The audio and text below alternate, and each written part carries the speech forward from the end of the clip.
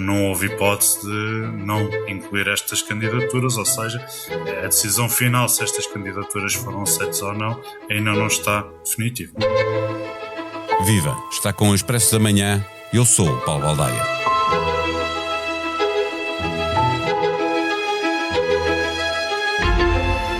No meio das festas, quando o tempo permite e os eleitores mostram disponibilidade para ouvir, as presidenciais fazem o seu caminho.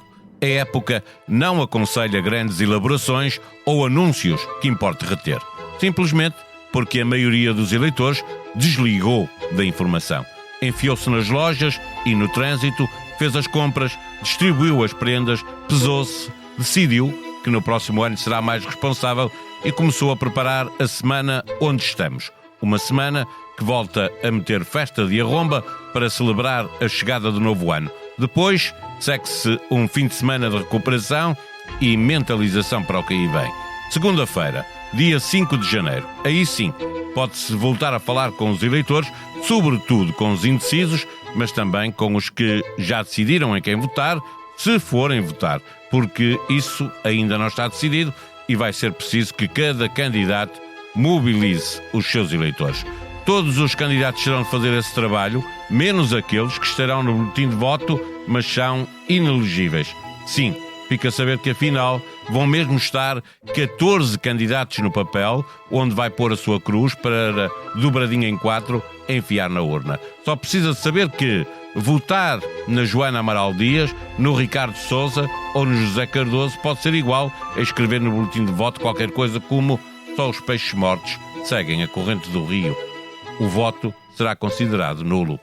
Para fazer a síntese do que tem estado a acontecer entre o bacalhau e uma fatia de bolo rei, e enquanto 2026 não bate à porta, convidamos a editora de política do Expresso, Eunice Lourenço, a fazer o resumo da matéria presidenciável no período das festas.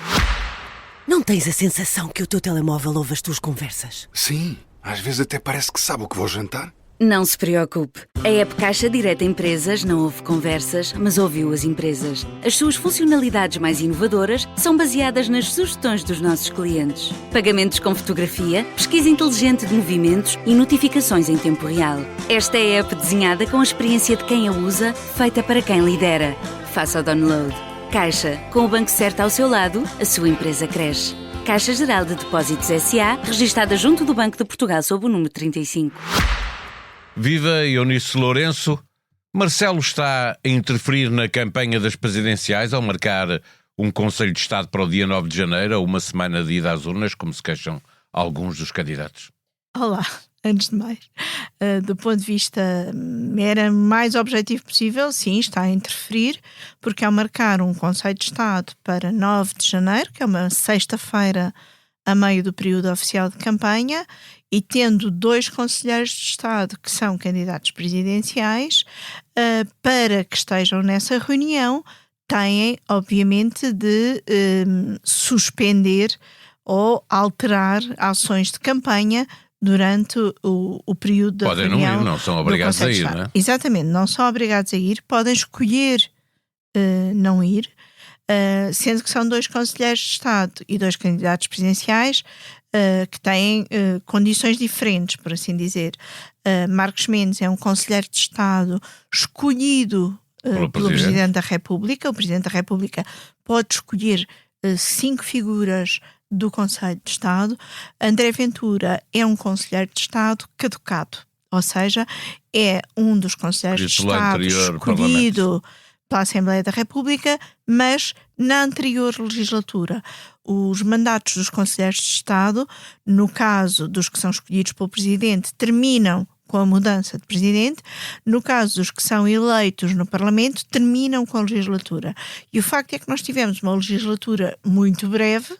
O mandato de André Ventura, tal como de Pedro Nuno Santos, Carlos César, Carlos Moedas e já não se coloca, mas também era o caso de Francisco Pinto Balsemão, que eram os 5 eleitos pelo Parlamento.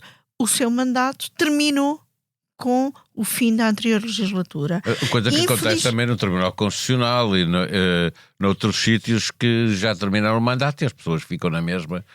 Não são ilegais. No caso do Tribunal Constitucional, houve 2 juízes que decidiram sair. Não estão ilegais, mas ainda não foram substituídos.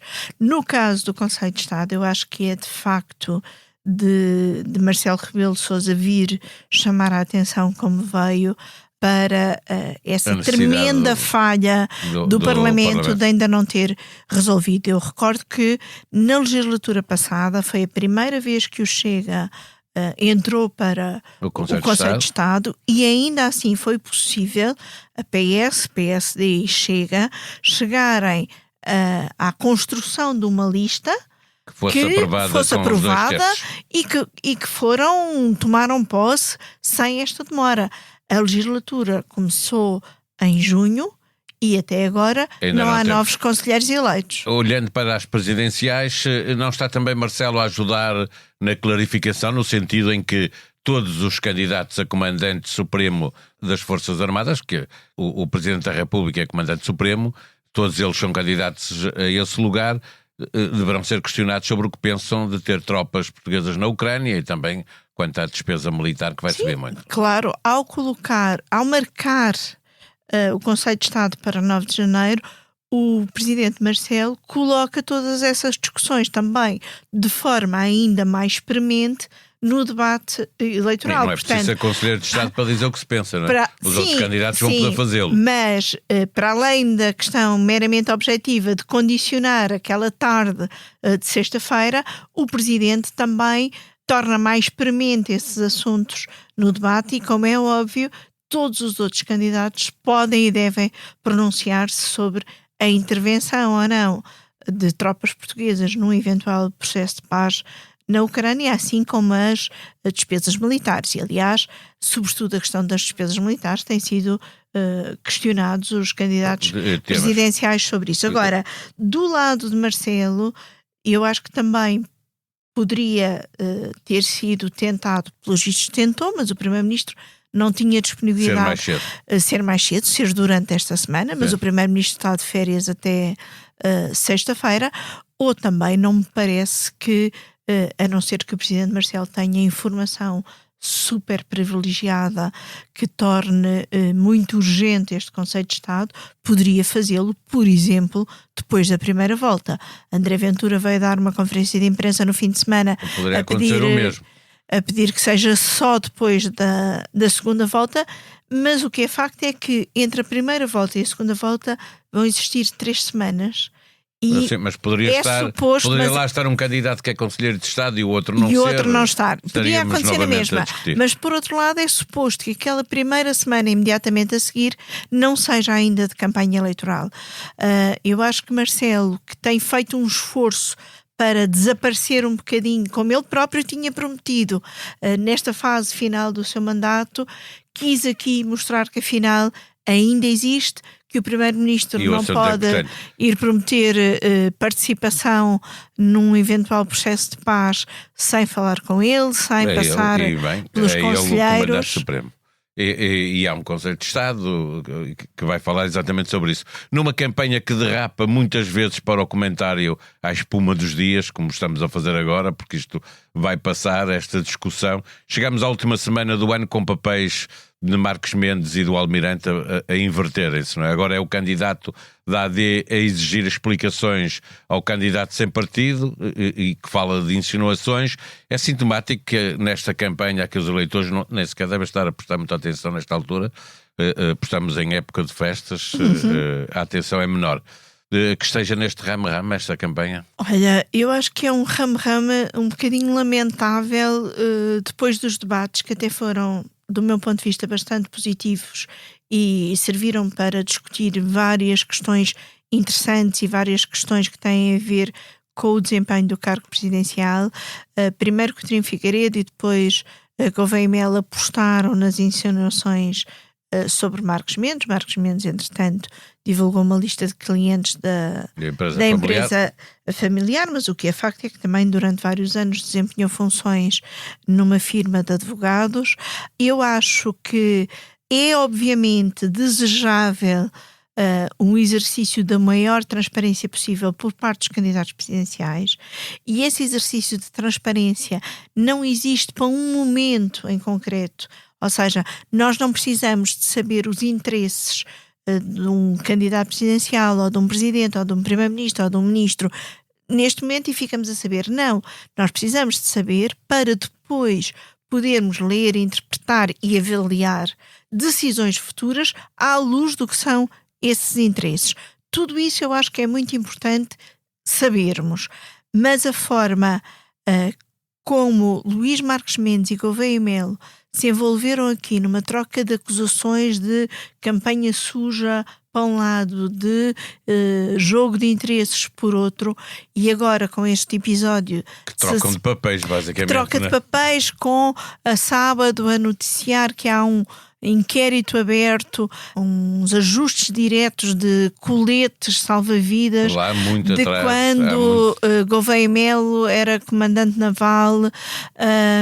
Houve um relatório feito pela Polícia Judiciária Militar, mas entretanto o Tribunal de Contas avaliou o que estava ali em causa e não encontrou nada que fosse punível ou condenável. Portanto, não se percebe sequer porque é que há um inquérito aberto. O Gouveia Melo já veio dizer que nunca foi questionado nem ouvido no âmbito desse inquérito e que está disponível para todos os esclarecimentos. Portanto, acho que estamos a descer bastante. Um nível perigoso e que a um ajuda nível sempre muito perigoso. Os populistas. É assim, ajuda aos populistas, pode eventualmente também ajudar um bocadinho António José Seguro, que não tem nem antes nem agora entrado aqui neste jogo das insinuações e das acusações de interesses. Portanto, espero que a campanha que vai começar oficialmente no próximo fim de semana, os candidatos redirecionem um bocadinho o discurso e voltem a debater aquilo que é importante da função presidencial, mais que não seja que debatam a participação militar portuguesa no exterior a reboque do Conselho de Estado. Exatamente, proposto pelo atual Presidente da República. Para fecharmos a nossa conversa, uma outra coisa daquelas que nos leva a dizer só neste país: 14 nomes no boletim de voto, embora só 11 é que são elegíveis. Era possível ser de outra maneira? Eu acho que era possível ser de outra maneira, sobretudo porque nestas eleições não há voto por correspondência, ou seja, não era preciso ter os boletins com tanta antecipação como é, por exemplo, nas legislativas, em que são enviados para imigrantes para depois votarem por correspondência. Nestas eleições, mesmo para os imigrantes, não há voto por correspondência, tem-se de se deslocar aos consulados, às representações diplomáticas, para votarem presencialmente, e portanto não acho que exista qualquer justificação para os boletins terem sido impressos antes da decisão do Tribunal Constitucional sobre que candidaturas é que eram válidas ou não. E portanto a Comissão Nacional de Eleições entende que tem que ter as coisas preparadas para a possibilidade de um desses recursos, ou os 3 recursos, serem mas o tempo dos recursos terminam agora. Sim. Portanto, não me parece que em 15 dias não fosse possível imprimir os boletins e fazê-los chegar às representações diplomáticas fora do país. Já nas eleições autárquicas tivemos problemas semelhantes, nomeadamente no Porto, com alguns candidatos a protestarem por isso, por boletins terem sido impressos antes das decisões finais sobre as candidaturas. Eu acho que é de evitar, e neste caso acho que era muito, muito evitável esta situação. A política não se faz apenas com a campanha das presidenciais e no dia em que se conheceu mais um relatório sobre a igualdade de género em Portugal, lembrando que pouco ou nada mudou, a Comissão Política reuniu com um elenco exclusivamente composto por mulheres jornalistas. A condução da conversa foi de Eunice Lourenço, numa edição que contou com a participação de Rita Diniz, Margarida Coutinho e Cláudia Monarca de Almeida. Esta semana, a conversa andou à volta da mensagem de Natal do Primeiro-Ministro Luís Montenegro e olhou para o início do próximo ano, sobretudo no que diz respeito às eleições presidenciais. Estreia hoje nos sites da SIC Notícias, SIC e Expresso, o podcast de Guilherme Geirinhas. Almirante Gouveia e Melo é o primeiro convidado de uma nova série de Bom Partido. A sonoplastia deste episódio foi de Gustavo Carvalho. Nós vamos voltar amanhã. Até lá, tenham bom dia.